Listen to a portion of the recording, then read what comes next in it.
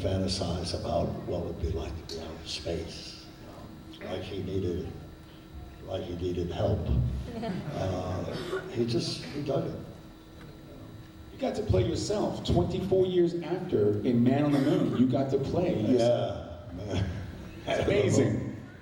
Yes, that was an extraordinary reunion, because Taxi had shut down for some years, and then somebody had the notion of getting us all back together again and making this movie about Andy Kaufman, which it was extraordinary, because some of us had to see each other for a while, and there we were back on the set, and they built a replica of the set, which, everything was exactly as it had been, even the scratches on the table. It was a wonderful reunion, and I thought Jim Carrey was phenomenal as Andy Kaufman. There were times when you look at Jim Carrey's eyes and swear it was Andy. It was just, he really went and found Andy's reality, and it was a wonderful experience. There you go. That's all these kids want. That's all these kids want. And me too, because some of my favorite films have you in them. When I was a young man doing Rocky Horror, tender age young man, I was a huge Rocky Horror fan. And then one day out in the Cherry Hill Mall, they put up this giant cardboard billboard for Clue. Yes, Clue. And Professor Plum, every talented character actor is in that movie. Yeah, it's amazing, because when Clue opened here in the States, it didn't do particularly well. I mean, it opened and it was kind of so what. It was very popular from the get-go in England and in some other foreign places, but it's caught on here. And I'm amazed how many people complain up there because there's not a picture of Clue to be signed. It's just regained a popularity and appreciation that it didn't really have at the beginning. And aside from all that, I felt it was a real honor to be part of it. It was an amazing cast and a wonderful script. I just felt very privileged to be there with all those wonderful people. Did you know Lee Ving, the man who played Mr. Body? Did you know him before the film? Lee Ving? Who's that? He played Mr. Body. He only has the one scene. Lee Ving. He was the lead singer of a punk rock band called Fear.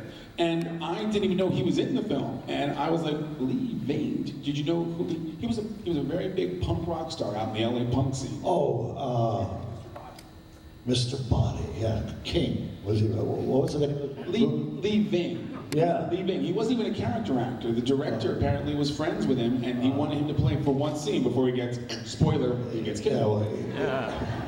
He was very memorable and very effective. I mean, he did a good job. You became, to me, an iconic comedy star.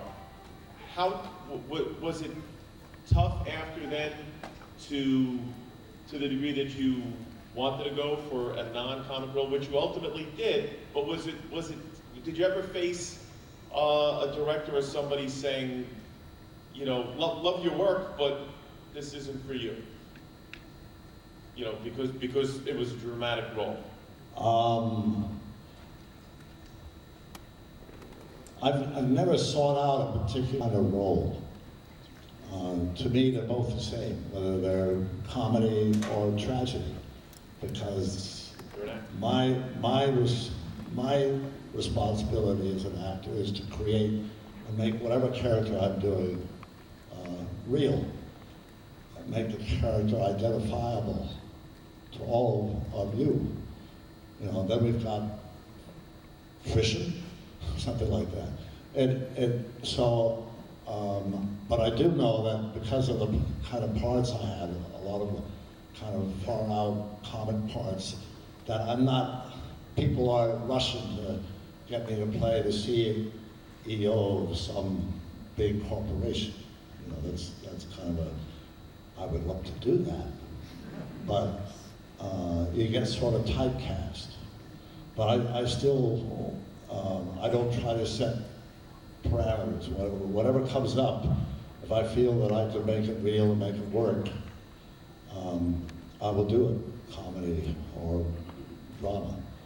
I kind of like getting it. I have a couple of films coming up that I haven't done yet, but are dramatic roles, and I'm very excited about that. Maybe it turn into comedy, but I'll do my best.